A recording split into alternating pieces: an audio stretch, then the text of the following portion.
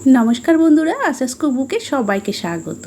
बंधुरा आज के तुम्हारे साथे आमी आर एकटा नतून रेसिपि निये चले एसेछि प्रतिदिनेर मतो। आज के आमी तुम्हादेर साथे रेसिपि शेयर करब चिचिंगा रेसिपि, जेटा खेते असाधारण लागबे। এটা ভাত ও রুটির সাথে খেতে কিন্তু খুবই ভালো হয়। আর যারা চিচিঙ্গা খেতে একদমই পছন্দ করে না তারাও কিন্তু চেটেপুটে খেয়ে নেবে চিচিঙ্গা এইভাবে যদি রান্না করে দাও তাদেরকে। তাহলে চলো দেখে নেওয়া যাক কীভাবে আমি এই চিচিঙ্গা রেসিপিটা বানিয়েছি। এখানে দেখো আমি বড় সাইজের 3টে চিচিঙ্গা নিয়ে নিয়েছি। চিচিঙ্গাগুলো ওজনে হাফ কিলো হবে। এবার চিচিঙ্গাগুলোকে দেখো একটা চাকু নিয়ে এইভাবে খোসাটা তুলে দিচ্ছি, কারণ চিচিঙ্গার এই খোসা খুব পাতলা হয়, তাই এইভাবে একটু জোরে ঘষা দিলেই কিন্তু চিচিঙ্গার খোসাগুলো সব উঠে যাবে। তাই এইভাবে কিন্তু আমি সব চিচিঙ্গারই খোসা একে একে তুলে নেব। আর এই চিচিঙ্গা কিন্তু এত টেস্টি হয় আজকের এই রেসিপিটা, তোমরা যদি না দেখো তাহলে কিন্তু বুঝতেই পারবে না যে কিভাবে আমি এই চিচিঙ্গাটা বানাচ্ছি। তাই তোমরা কিন্তু অবশ্যই লাইক দিয়ে পুরো ভিডিওটা দেখার চেষ্টা করো। দেখো সব চিচিঙ্গাগুলোর আমি খোসা তুলে নিচ্ছি। চিচিঙ্গাগুলোকে আগে হাফ করে কেটে নিচ্ছি, আর দুই সাইডের এইগুলো একটু করে কেটে বাদ দিয়ে দিচ্ছি। হাফ করে কেটে নিলে তারপরে ছোটো ছোটো করে কাটতে সুবিধা হবে, কেন খুবই লম্বা তো চিচিঙ্গাগুলো, তার জন্য হাফ করে কেটে আমি একটা বাটিতে জল নিয়েছি। জলের মধ্যে দিয়ে এবার ভালো করে 2-3 বার জল পাল্টে পরিষ্কার করে আগে চিচিঙ্গাগুলোকে দেখো একদম ধুয়ে নিয়েছি। এবার চিচিঙ্গাগুলোকে দেখো কিভাবে আমি কাটছি তোমাদের দেখিয়ে দিচ্ছি। প্রথমে দেখো এইভাবে হাফ করে কেটে ভেতরে যে এই বীজ আছে এই বীজগুলোকে কিন্তু ফেলে দিচ্ছি। এই বীজগুলো থাকলে ভালো লাগবে না খেতে, তাই পরিষ্কার করে বীজগুলো একদম ফেলে দিতে হবে। দেখো বীজগুলো আমি ফেলে দিয়েছি। তারপরে মাঝখানে আবার হাফ করে কেটে নিলাম। কেটে নিয়ে আরও একটা থালা নিয়ে নিয়েছি। এইবার দেখো এইরকম আমি একটা 2 পিস 1 পিস করেই কাটছি, 2 পিস করে কাটা যাবে না, এরকম সাইজ করে কেটে নিচ্ছি। তোমরা চাইলে কিন্তু এর থেকে ছোট ছোট করতে পারো, আমি একটু এরকম লম্বা লম্বা করে কেটে নিচ্ছি। এইভাবে কাটলে চিচিঙ্গা রান্নার পর দেখতেও ভালো লাগবে, আর রান্না করার পর দেখতে ভালো লাগলে সেটা কিন্তু খেতে বেশি ভালো লাগে।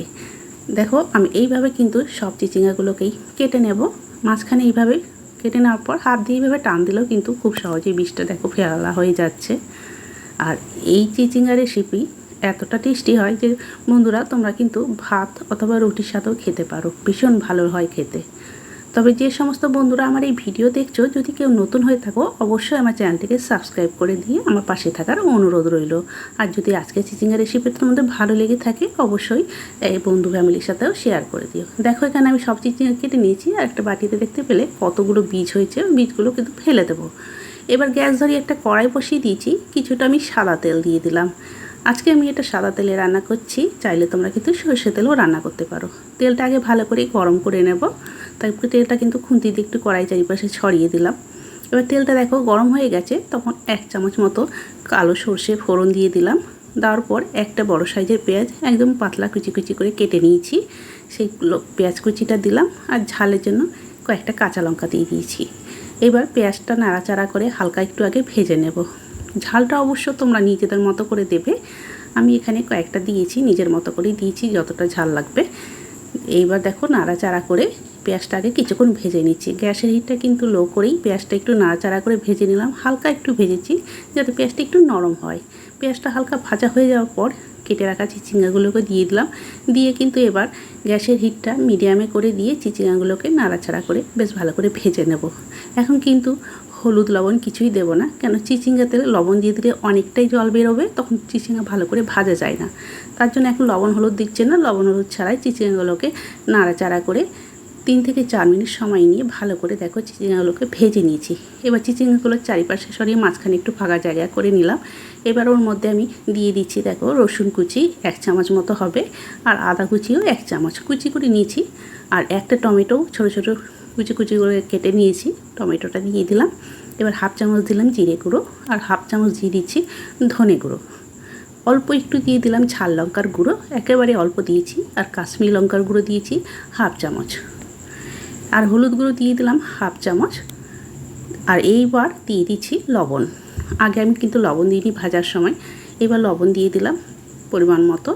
দিয়ে নাড়াচাড়া করে আমি এবার চিচিঙ্গার সাথে ভালো করে ভেজে নিচ্ছি। অল্প একটু চিনিও দিয়ে দিয়েছি।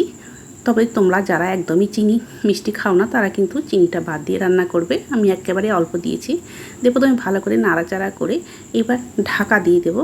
ঢাকা দিয়ে গ্যাসেরটা মিডিয়াম টু লোয়ের কাছে রেখে দেবো। এতে কিন্তু মশলাটাও সুন্দর কষা হবে, চিচিঙ্গাটাও বেশ নরম হবে।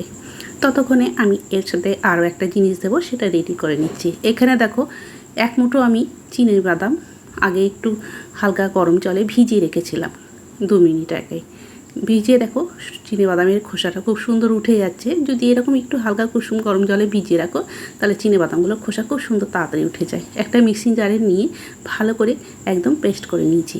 দেখো জল ছাড়াই পেস্ট করেছি, তবে একদম পুরো একদম ফাইন পেস্ট করিনি, একটু দানা দানা মতো রেখেছি। এবার আমি ঢাকাটা খুলে নিলাম। খুলে নিয়ে দেখো এখানে কিন্তু বেশ সুন্দর চিচিঙ্গাটা অনেকটাই নরম হয়েছে। লবণ দেওয়ার জন্য দেখো, দেখেই বুঝতে পারছো অনেকটাই কিন্তু নরম হয়েছে। মশলাটাও কিন্তু খুব সুন্দর কষানো হয়ে আসছে। তবে আরও একটু নাড়াচাড়া করে নিচ্ছি যাতে মশলাটা আরেকটু ভালোভাবে কষানো হয়ে যায়। এইভাবে ঢাকা দিয়ে রান্না করবে তাহলে খুব সুন্দর কিন্তু চিচিঙ্গাটা রান্না হয়ে যাবে। আর চিচিঙ্গা থেকে দেখো এবার কিন্তু তেল ছেড়ে দিয়েছে, তার মানে এখানে মশলাটা আমার সুন্দরভাবে কষানো হয়ে গেছে। এবার যে বাদামটা পেস্ট করলাম সেই বাদামের পেস্টটা দেখো দিয়ে দিলাম। দেখতেই পাচ্ছ খুব একদম ফাইন পেস্ট করিনি, একটু দানা দানা রেখেছি। এবার মিক্সি জারটা ধরে একটু জল দিয়ে দিলাম, দিয়ে ভালো করে আর একটু নাড়াচাড়া করে নিচ্ছি যাতে কাঁচা বাদামটা আর একটু ভাজা ভাজা হয়ে যায়। আর এই বাদামটা দেওয়ার জন্য এই চিচিঙ্গার টেস্টটা দ্বিগুণ হয়ে যাবে। এত টেস্টি হবে যে যাকেই দেবে সেই কিন্তু পুরো চেটে পুটে খাবে। চিচিঙ্গাটা কিন্তু আমি একটু খুন্তি দিয়ে দেখে নিলাম কতটা সেদ্ধ হয়েছে, সেই বুঝে কিন্তু জলটা দেব। এখানে চিচিঙ্গাটা 60% সেদ্ধ হয়েই গেছে, সেই বুঝে কিন্তু আমি আরও একটু জল দিয়ে দিলাম। দিয়ে এবার ঢাকা দিয়ে এটা 3 থেকে 4 মিনিট মিডিয়াম হিটে আবার জাল করে নিয়েছি। দেখো চিচিঙ্গাটা কিন্তু এইবার খুব সুন্দর কিন্তু সেদ্ধ হয়ে গেছে, দেখে কিন্তু বোঝা যাচ্ছে। তবুও আমি তোমাদের দেখিয়ে দিচ্ছি। দেখো চিচিঙ্গাটা কিন্তু খুব সুন্দর সেদ্ধ হয়ে গেছে।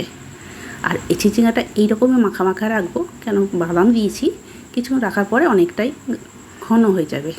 রান্নাটা আমার হয়ে গেল, ঢাকা দিয়ে রেখে দিলাম। এবার তোমাদের সার্ভ করে দেখাচ্ছি। দেখো কত তাড়াতাড়ি সহজভাবে দারুণ একটা চিচিঙ্গা রেসিপি তৈরি হয়ে গেল। তোমাদের আজকের এই চিচিঙ্গা রেসিপি তোমাদের কেমন লাগলো অবশ্যই কিন্তু কমেন্ট করে জানাবে। ভালো লেগে থাকলে বন্ধু ফ্যামিলির সাথে বেশি বেশি করে শেয়ার করে দেওয়ার অনুরোধ রইল। আর তোমরাও কিন্তু এইভাবে চিচিঙ্গা রান্না করে খেয়ে দেখবে, খেতে কিন্তু খুবই ভালো লাগে। রাত্রিবেলায় রুটির সাথেও খেতে পারো, আবার ভাতের সাথেও খেতে পারো, খেতে দুর্দান্ত লাগে। তাহলে বন্ধুরা আজকের মতো আমি এখানেই শেষ করছি। আবার একটা নতুন রেসিপি নিয়ে চলে আসবো। সবাই ভালো থেকো, সুস্থ থেকো। সবাইকে অসংখ্য ধন্যবাদ।